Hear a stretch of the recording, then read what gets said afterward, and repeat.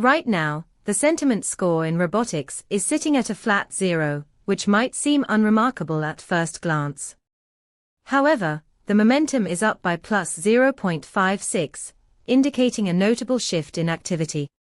This disconnect suggests that while the overall sentiment is neutral, there's a brewing interest that could lead to unexpected developments in the sector.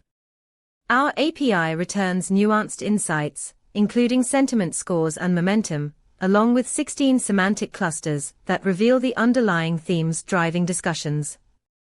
Imagine integrating this into your analytics dashboard to identify emerging trends before they become mainstream.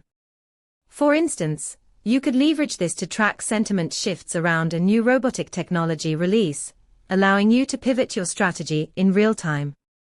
Check out the full documentation at pulsebit.lojenterprise.com/docs. Let's build something insightful together.